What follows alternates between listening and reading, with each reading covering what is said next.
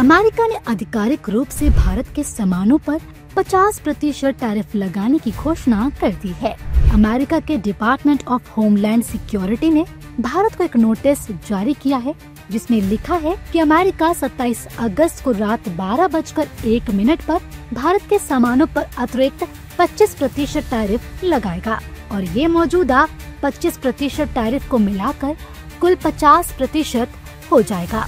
Tariff को लेकर भारत में नेता क्या कुछ कह रहे हैं, सुनिए।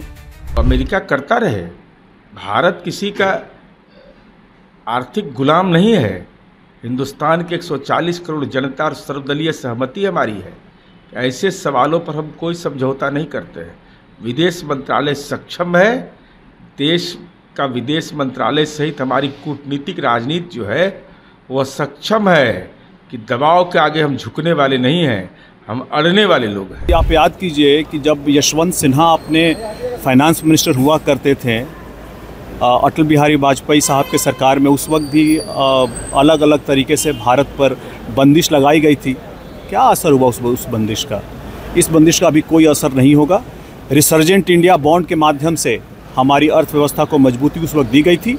मुझे पूर्ण उम्मीद है सरकार इसके लिए कोई न कोई मजबूत उपाय अवश्य करेगी। और वैसे भी हमारी जो अर्थव्यवस्था है बहुत मजबूत है। हम तीसरे अर्थव्यवस्था दुनिया में बनने के प्रति अग्रसर हैं। अगर कोई देश इस तरह से हम पर टैरिफ लगाता है तो नुकसान उसका है। जबकि विपक्षी नेता मोदी सरकार पर हमलावर हैं और सरकार की विदेश नीति पर सवाल खड़े कर रहे हैं।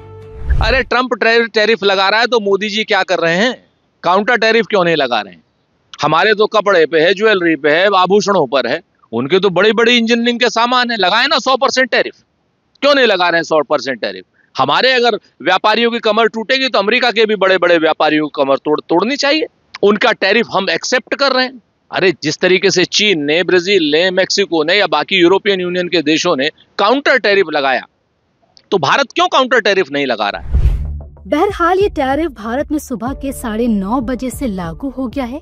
अमेरिका की तरफ से जारी नोटिस में ये भी साफ लिखा गया है कि भारत पर अतिरिक्त 25% टैरिफ इसलिए लगाया गया है क्योंकि भारत ने रूस से कच्चे तेल की खरीद को जारी रखा है, जो अमेरिका के लिए खतरा है।